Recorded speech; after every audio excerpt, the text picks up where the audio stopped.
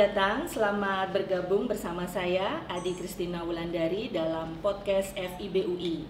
Podcast ini merupakan program diseminasi hasil penelitian dan pengabdian masyarakat dari Sivitas Akademika FIBUI yang sejalan juga dengan misi FIBUI dalam membawa hasil penelitian dan pengabdian masyarakat agar berdampak langsung ke masyarakat. Kali ini telah bergabung bersama saya dua orang peneliti dari FIBUI, yaitu Dr. Siswantari SSM Hum dan Ibu Raisya Solehagia S Hum M Hum. Beliau berdua ini adalah pengajar dari Departemen dan Program Studi Ilmu Sejarah FIBUI. Kita akan berbincang-bincang mengenai penelitian dari beliau berdua yang mengangkat topik tentang perempuan dan politik. Halo, selamat datang Ibu Dr. Siswantari SSM Hum. Ya, dan Ibu Raisya, saya biasa panggilnya Isya ya. Kalau Ibu saya panggil Ibu Sis. Mbak. Oke, Ibu atau Mbak nih anaknya? Oke, baik. Terima kasih telah bergabung dalam video podcast ini.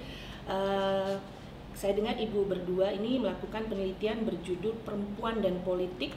Judul lengkapnya ya, Perempuan dan Politik, Partisipasi Perempuan dalam Pergerakan Politik Kebangsaan Indonesia periode 1923 sampai 1942. Boleh Ibu ceritakan sedikit latar belakang penelitian dan tujuan penelitian ini, Bu? Terima kasih Mbak Ina. Penelitian kami berbicara tentang perempuan dan politik ya, partisipasi perempuan dalam politik masa pergerakan nasional. Sebenarnya ketertarikan kami bicara tentang perempuan dan politik itu terkait dengan dari tahun ke tahun semakin banyak perempuan aktif dalam bidang politik ya, terwakilkan dalam MPR DPR setiap tahun banyak, tapi kuota 30% tidak terpenuhi. Nah, ini menjadi pertanyaan kita, kenapa gitu ya, kami bertanya-tanya kenapa kok sampai tidak terpenuhi, apakah ada latar belakang budaya yang menyebabkan itu atau latar belakang lain gitu. Nah, karena kami dari sejarah, kami ingin teliti bagaimana pada masa pergerakan nasional gitu.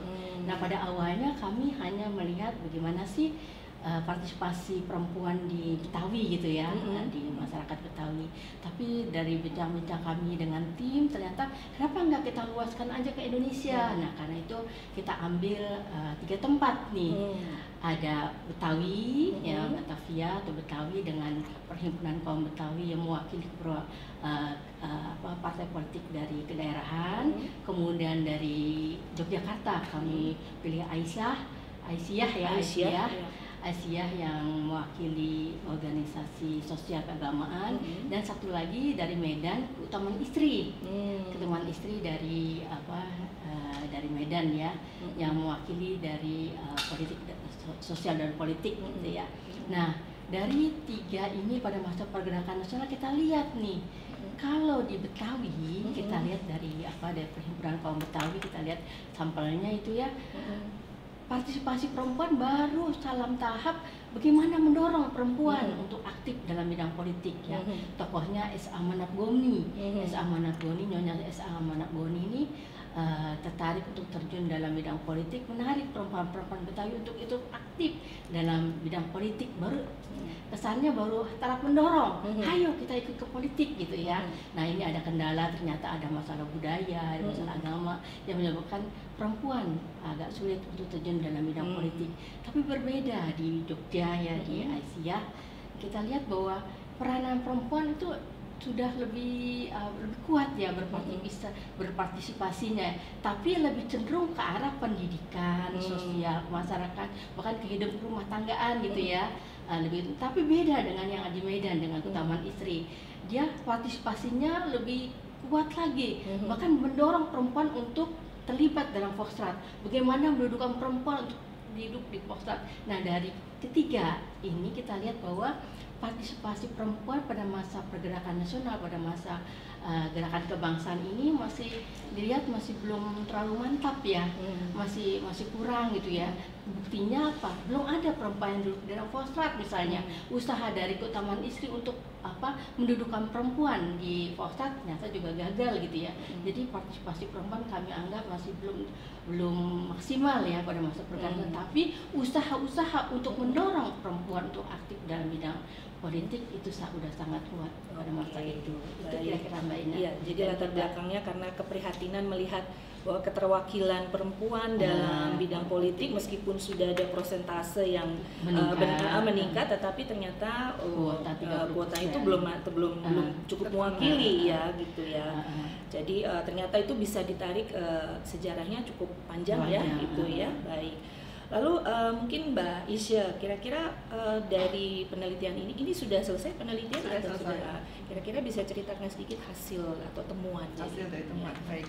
Ya baik, terima kasih Mbak Ina. Ya menyambung dari pembicaraan yang disampaikan oleh Mbak Ii tadi bahwa memang keterwakilan perempuan di dalam institusi politik khususnya saat ini memang sedikit kurang, dan kebergunaan atau manfaat dari ilmu sejarah itu sendiri adalah bagaimana kita bisa melihat masa lalu, kemudian bagaimana masa lalu itu bisa kita jadikan pelajaran bahwa ternyata memang keterlibatan perempuan di dalam dunia politik itu tidak hanya baru-baru ini aja muncul. Jadi kalau misalkan basicnya adalah ilmu sejarah, kita membicarakan masa kini, kemudian melihat masa lalu dan untuk mempersiapkan masa depan. Nah, dari penelitian ini yang kami lakukan bahwa tadi ada 3 organisasi yang menjadikan salah satu contoh dari penelitian kami. Pertama Kaum Betawi, kemudian Keutamaan Istri, kemudian yang ketiga ini Aisyah. Di mana ketiga organisasi ini mempunyai peran yang berbeda di dalam bagaimana mereka berusaha untuk menyuarakan keterlibatan perempuan di dalam politik seperti itu. Nah, khususnya untuk Keutamaan Istri sendiri, organisasi ini berdiri di Medan tahun 37 sampai 42. Di mana kondisi bangsa Indonesia pada saat itu memang sedang memasuki masa-masanya semangat untuk menjadikan politik sebagai salah satu usaha dalam perjuangannya. Dan akhirnya perempuan sebagai yang melibatkan diri di dalam dunia politik tidak lagi berpikir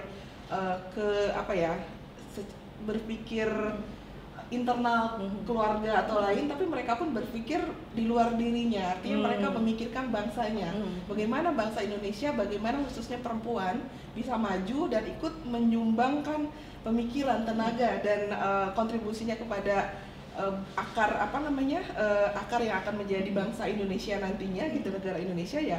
Akhirnya mereka meleburkan diri, berusaha untuk sepertinya perjuangan kita bisa didapatkan dengan cara kita masuk ke dalam ranah politik. Dan salah satu yang disuarakan oleh Keutamaan Istri ini bagaimana perempuan bisa terwakili suaranya di dalam Volksraad pada saat itu. Jadi Dewan Rakyat yang parlemennya Belanda seperti itu. Dan perempuan di sini yang paling mempunyai suara yang kuat gitu untuk menyuarakan perempuan terlibat di dalam Volksraad, harus ada keterwakilan perempuan di dalam Volksraad tersebut. Salah satunya adalah Rasuna Said.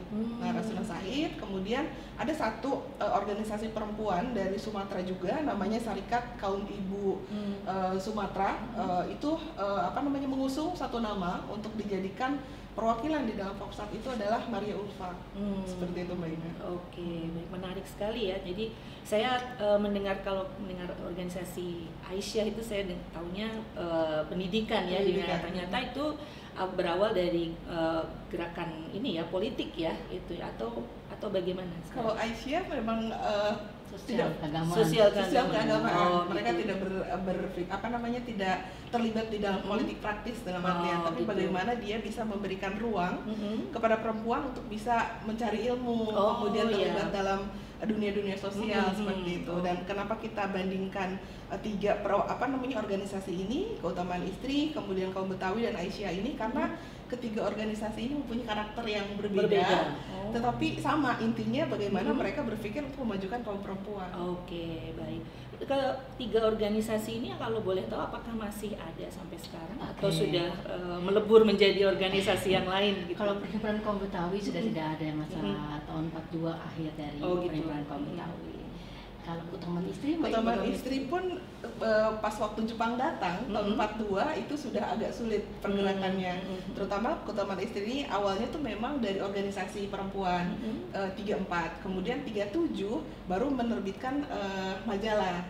Nah, begitu Jepang datang, semua organisasi perempuan itu kayak dileburkan gitu ya, menjadi satu organisasi perempuan ya Jepang gitu ya.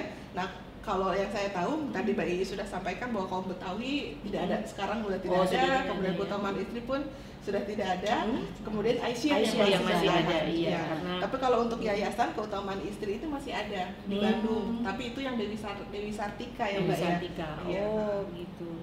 Jadi sebagian sudah tidak ada ya gerakan ini. Saya tertarik juga melihat ini batas limitasi periodisasinya itu 1923 sampai 42. Kira-kira ada latar belakangnya kenapa periodisasinya kalau gitu? 1923 itu kaitannya dengan Perhimpunan Kaum Betawi berdirinya tahun 1923. Kita akhiri tahun 1992 terkait dengan berakhirnya masa pergerakan nasional di mulai lagi masa zaman Jepang. Oh gitu. Jadi latar belakang periodisasinya seperti itu ya Ibu ya.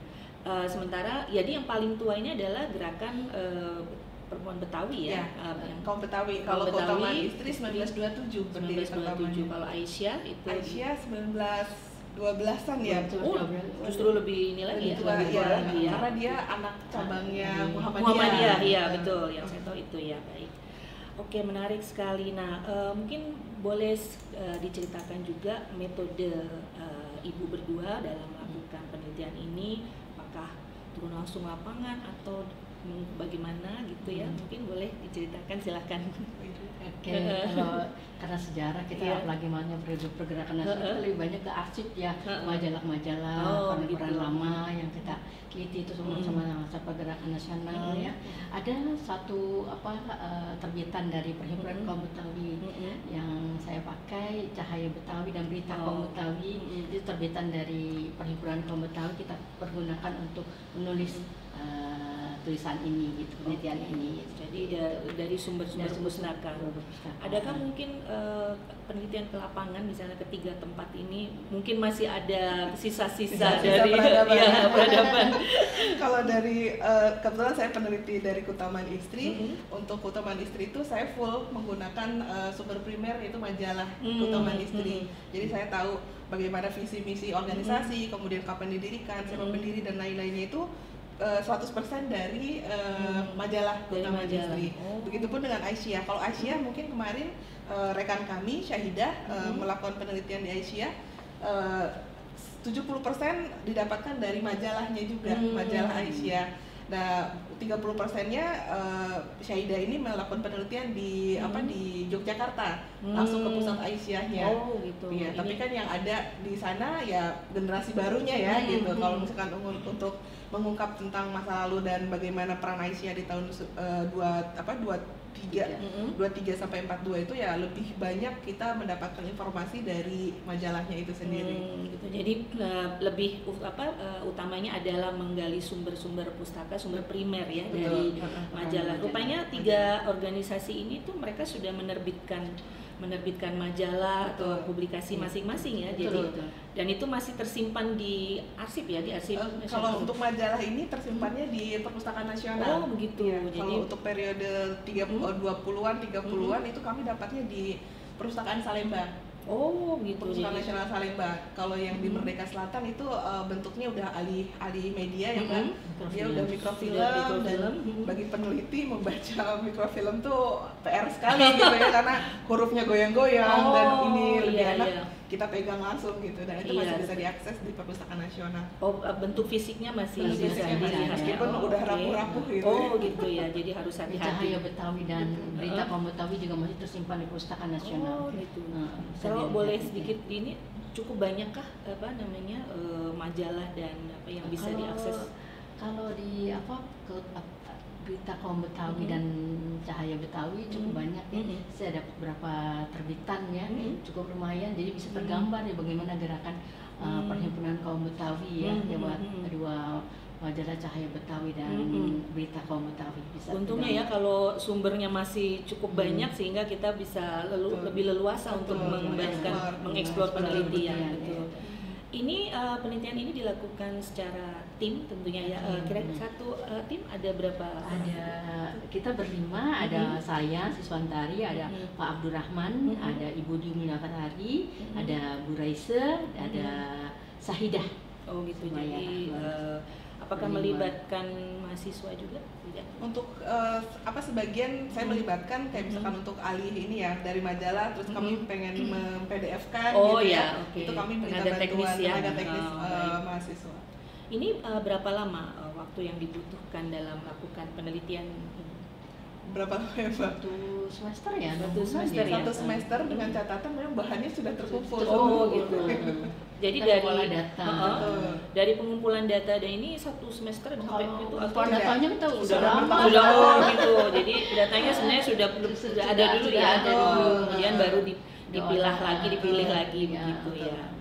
Oke, mungkin ada yang ingin disampaikan lagi selama proses ini, kira-kira apa, ada tantangan, kendala selama melakukan penelitian mungkin karena periodenya sudah begitu lama ya gitu. Ada tantangan atau kendala yang mungkin? Kalau dari saya Perhimpunan Kaum Betawi itu kesulitannya mencari sumber tandingan ya. Kita dua sumber itu dari berangkat dari media yang dihasilkan oleh Perhimpunan Kaum Betawi itu aja yang kita bisa lihat. Selebihnya agak sulit untuk mencari sumber-sumber tandingan dari gitu. itu. Kalau dengan narasumbernya Ibu bagaimana? Apakah sudah jadi tidak ada wawancara seperti itu? Enggak ada ya. Jadi idenya udah lewat ya. Dan mungkin yang ada pun juga pengurusnya sudah mungkin belum tentu masih paham ya. Belum tentu mereka aware juga sama peninggalan tahun-tahun segitu gitu ya. Oke. Dan mungkin kalau bagi saya mungkin tantangan terbesar itu adalah bagaimana kita menerapkan pola pikir kita atau menggunakan istilah seperti halnya misalkan feminisme, tapi kita berbicara feminisme itu di periode itu, bukan di periode sekarang. Kalau di periode itu ya bagaimana perempuan bisa terlibat di dalam dunia politik, bagaimana perempuan bisa lebih mempunyai nilai gitu ya. Kalau mungkin untuk zaman sekarang bagaimana melakukan perlawanan, itu konsep-konsep feminisme yang memang harus kita sesuaikan dengan zeitgeist-nya gitu. Suasana zaman pada saat itu tuh apakah betul perempuan ini sudah ingin melakukan gerakan feminisme yang mungkin lebih ke arah anarkis atau arah apa yang sekarang? Ternyata tidak ya. Ternyata tidak. Mereka itu bagaimana melakukan sebuah pergerakan meningkatkan value perempuan, tapi bagaimana kenapa mereka mau meningkatkan value? Karena mereka ingin berkontribusi kepada bangsanya gitu. Jadi bukan melalui gerakan yang anarkis ya, justru malah ya dari pendidikan, kemudian ya itu jadi lebih ke gerakan sosial ya ininya ya. Lalu dari penelitian yang Ibu berdua lakukan, ada kesimpulan yang bisa dihasilkan kira-kira? Kalau dari saya melihat bahwa perempuan harus bicara ya, harus terlibat dalam dunia politik. Karena siapa lagi yang mau bicara kalau nggak perempuan? Karena perempuan yang memahami dirinya. Kalau iya itu. Jadi memang harus perempuan yang menyuarakan ininya ya. Artinya cenderung bahwa perempuan harus terlibat dalam politik. Partisipasi perempuan harus terlibat dalam dunia politik, karena siapa lagi yang mau bicara kalau nggak perempuan itu sendiri. Supaya kalau di politik, kalau bisa bergerak di politik artinya bisa ikut berkontribusi menghasilkan keputusan gitu ya. Gitu. Kalau satu mungkin terakhir ya tadi kesimpulannya, kalau melihat fenomena perempuan sekarang di di politik menurut Mbak Isya dan Mbak Sis, apakah ada yang ingin dikritisi gitu, berdasarkan yang sudah penelitian yang sudah dilakukan? Baik, kalau melihat fenomena sekarang barangkali mungkin kalau ini saya melihat bahwa memang kita harus kembali ke akar budaya kita, ke nilai kita. Kemudian setiap dari kita harus tahu sejarahnya sendiri gitu, Mbak. Jadi kalau misalnya kita membicarakan tentang perempuan, kita harus tahu dulu itu periodenya kapan. Kemudian untuk kondisi keterlibatan perempuan di dalam dunia politik sekarang pun itu harus misalkan mereka memperjuangkan tentang memperjuangkan perempuan, hak-hak perempuan dan lain-lain. Tapi harus dilihat dulu sudut pandangnya dari mana nih, gitu. Seperti itu sih kalau saya. Baik, mungkin Ibu Basis ada yang kalau saya melihat bahwa tadi ya bahwa perempuan juga harus bicara tentang dirinya. Ya kalau misalnya nggak bisa dari pihak lainnya, perempuan harus itulah menyuarakan aspirasinya, menyuarakan dirinya seperti apa gitu itu dari pihak perempuan. Oke. Nah kalau tentu saja penelitian ini tidak berhenti sampai di sini saya kira ya. Nah kira-kira untuk kemungkinan kelanjutan dari riset ini apakah sudah dipikirkan oleh Ibu berdua, karena ini sudah topiknya sangat khusus ya, perempuan dan politik. Kira-kira apakah nanti ada membuka kemungkinan untuk dilanjutkan? Saya tertarik mengembangkan. Kalau ini kan periodenya pergerakan nasional, kita lihat ke periode berikutnya. Oke, bahkan ke sekarang ya gitu ya. Juga wilayahnya bisa diperluas ya. Jadi menarik ya, karena itulah kita harus bicara tentang diri kita. Iya. Oke. Baik. Baik, kalau begitu saya ucapkan terima kasih pada Ibu Sis dan Mbak Isya atas partisipasi Ibu berdua dalam program penelitian yang diselenggarakan oleh FIBUI ini, dan tentu saja ini penelitian yang sangat berarti dan membuka kemungkinan untuk penelitian-penelitian selanjutnya. Jadi di bidang sejarah khususnya ya. Terima kasih kepada Ibu berdua. Pemirsa, demikian tadi perbincangan saya dengan Dr. Siswantari SSM Hum dan Ibu Raisya Soleh Hagia S.Hum M.Hum dari Departemen dan Program Studi Ilmu Sejarah FIBUI. Sebagai peneliti, beliau berdua baru saja berbagi dengan kita semua hasil penelitian berjudul Perempuan dan Politik, Partisipasi Perempuan dalam Pergerakan Politik Kebangsaan Indonesia periode 1923 sampai 1942. Penelitian ini tentu saja membuka kemungkinan untuk melakukan riset lanjutan terkait topik tentang perempuan dan pergerakan politik. Jadi semoga perbincangan kita kali ini bermanfaat untuk kita semua dalam meluaskan wawasan khususnya tentang perempuan dan gerakan politik. Terima kasih telah menyaksikan podcast FIBUI. Tetap nantikan episode selanjutnya dari FIBUI yang akan mengangkat topik-topik menarik lain di bidang sosial humaniora.